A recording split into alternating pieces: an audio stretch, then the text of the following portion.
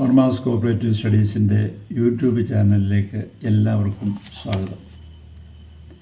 ഇന്ന് എക്സാമിനേഷൻ ബോർഡിൻ്റെ പുതിയ നോട്ടിഫിക്കേഷൻ സംബന്ധിച്ച ചില കാര്യങ്ങളാണ് ഈ വീഡിയോയിൽ ഉൾപ്പെടുത്തിയിരിക്കുന്നത്. സാധാരണ എക്സാമിനേഷൻ ബോർഡ് ജൂനിയർ ക്ലർക്കിൻ്റെ നോട്ടിഫിക്കേഷൻ വിളിക്കുന്ന രീതിയിലല്ല ഇത്തവണ വിളിച്ചിരിക്കുന്നത്. നിങ്ങൾ കണ്ടു കാണും. ഈ മാസം 1-ാം തീയതി പുതിയ നോട്ടിഫിക്കേഷൻ വന്നിട്ടുണ്ട്. അതിൽ 3 കാറ്റഗറിയിലാണ് ജൂനിയർ ക്ലർക്കിനെ വിളിച്ചിരിക്കുന്നത്. 15/25, 16/25, 17/25 അങ്ങനെ 3 കാറ്റഗറിയിലാണ്. ഫസ്റ്റ് കാറ്റഗറി എന്ന് പറയുന്ന 15/25 ജൂനിയർ ക്ലർക്കിൽ സൂപ്പർ ഗ്രേഡ് ബാങ്കുകളിലേക്ക് ആണ് വിളിച്ചിരിക്കുക. അതുപോലെ 16/25 കാറ്റഗറിയിൽ വിളിച്ചിരിക്കുന്ന ജൂനിയർ ക്ലർക്ക് സ്പെഷ്യൽ ഗ്രേഡ് ബാങ്കുകളിലേക്കും ക്ലാസ് 1 ബാങ്കുകളിലേക്കുമുള്ള special grade and class 1 bank. അതുപോലെ 17/25 എന്ന് പറയുന്ന ജൂനിയർ ക്ലർക്ക് ക്ലാസ് 2 മുതൽ ക്ലാസ് 7 വരെയുള്ള ബാങ്കുകളിലേക്കാണ്. അങ്ങനെ 3 കാറ്റഗറിയായിട്ട് ബാങ്കിൻ്റെ ഗ്രേഡ് അനുസരിച്ചാണ് ഇത്തവണ നോട്ടിഫിക്കേഷൻ വന്നിരിക്കുന്നത്.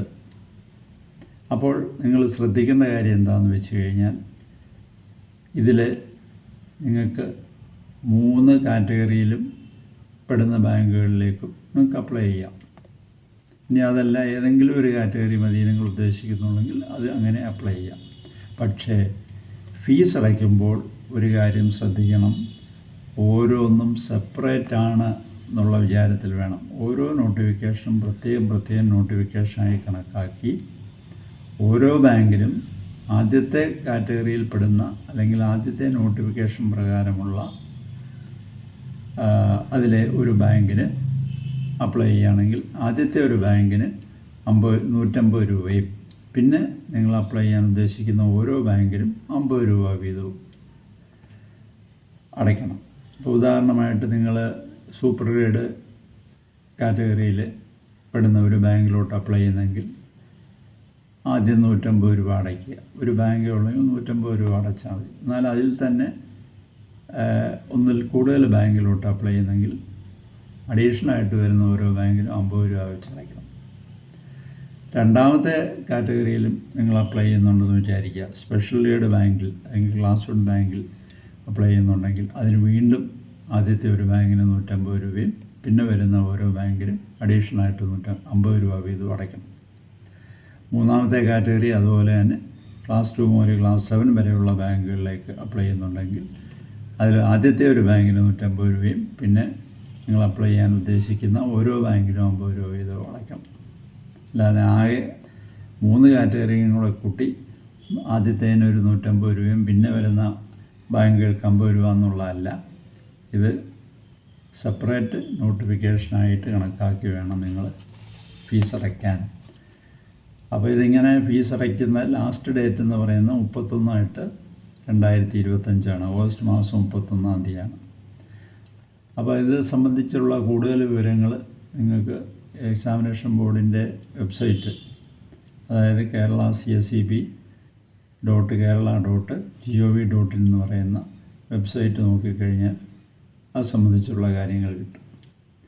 പിന്നെ ഇതിൽ ഏറ്റവും പ്രധാനപ്പെട്ട ഒരു കാര്യം എന്താണെന്ന് വെച്ച് കഴിഞ്ഞാൽ ഇതിൻ്റെ പരീക്ഷയാണ്.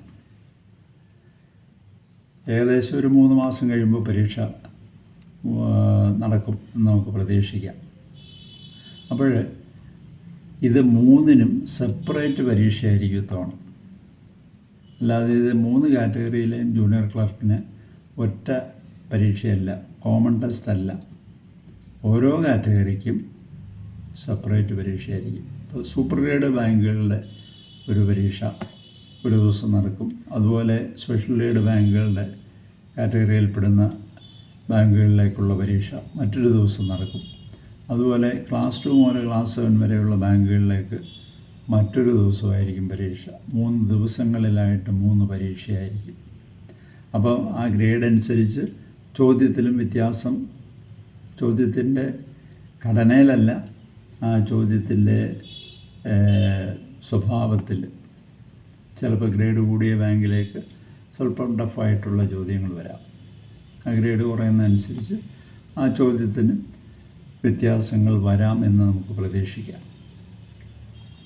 പരീക്ഷയ്ക്ക് നിങ്ങൾക്കറിയാം, ഈ കഴിഞ്ഞ പരീക്ഷയുടെ കൂട്ട് 100 ചോദ്യങ്ങളായിരിക്കും. 1 മാർക്കിൻ്റെ 100 ചോദ്യങ്ങളായിരിക്കും. പരമാവധി 100 മാർക്ക്. സമയം 1.5 മണിക്കൂർ തന്നെ. ഇൻ്റർവ്യൂവിൽ പെടുന്ന ഉദ്യോഗാർത്ഥിക്ക് ആ ഇൻ്റർവ്യൂവിൽ ഏതെങ്കിലും ഒരു ബാങ്കിൻ്റെ ഷോർട്ട് ലിസ്റ്റിൽ നിങ്ങൾ ഉൾപ്പെട്ടു എന്ന് വിചാരിക്കുക. യോഗ്യതാ ലിസ്റ്റിൽ വന്നു കഴിഞ്ഞാൽ 20 മാർക്കാണ് പരമാവധി ഇൻ്റർവ്യൂവിന് വരിക. അതിൽ അറ്റൻഡ് ചെയ്ത് കഴിഞ്ഞാൽ അല്ലെങ്കിൽ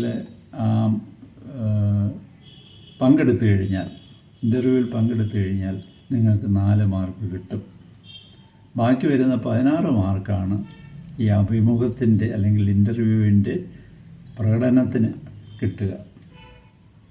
മനസ്സിലായോ? നിങ്ങൾ ആ ചോദ്യങ്ങൾ ചോദിക്കുമ്പോൾ നിങ്ങളത് അതിന് കൊടുക്കുന്ന മറുപടിയിൽ നിന്ന് നിങ്ങൾക്ക് കിട്ടുന്ന മാർക്കാണ് ആ 16 മാർക്കിൽ ഉൾപ്പെടുന്നത്. അങ്ങനെ പരമാവധി 20 മാർക്കാണ് ഇൻ്റർവ്യൂ. അപ്പോൾ ഇത് ശ്രദ്ധിക്കുക. ഇത്തവണ പരീക്ഷ പ്രധാനമായും 3ആയിട്ടാണ് എന്നുള്ള കാര്യം ശ്രദ്ധിക്കുക. ഒറ്റ ടെസ്റ്റ് ആയിരിക്കത്തില്ല. അപ്പോൾ പരീക്ഷയ്ക്ക് നമുക്ക് തയ്യാറാകാം. ഇപ്പോൾ മുതൽ തന്നെ പഠിച്ചുണങ്ങി കഴിഞ്ഞാൽ നമുക്ക് പരീക്ഷ വിജയകരമായിട്ട് നമ്മൾ ഷോർട്ട് ലിസ്റ്റിൽ പെടും. അതുകൊണ്ട് എല്ലാവരും തയ്യാറായി തുടങ്ങുക. നമുക്ക് ഇനിയും പുതിയ വീഡിയോയുമായി വീണ്ടും കാണാം.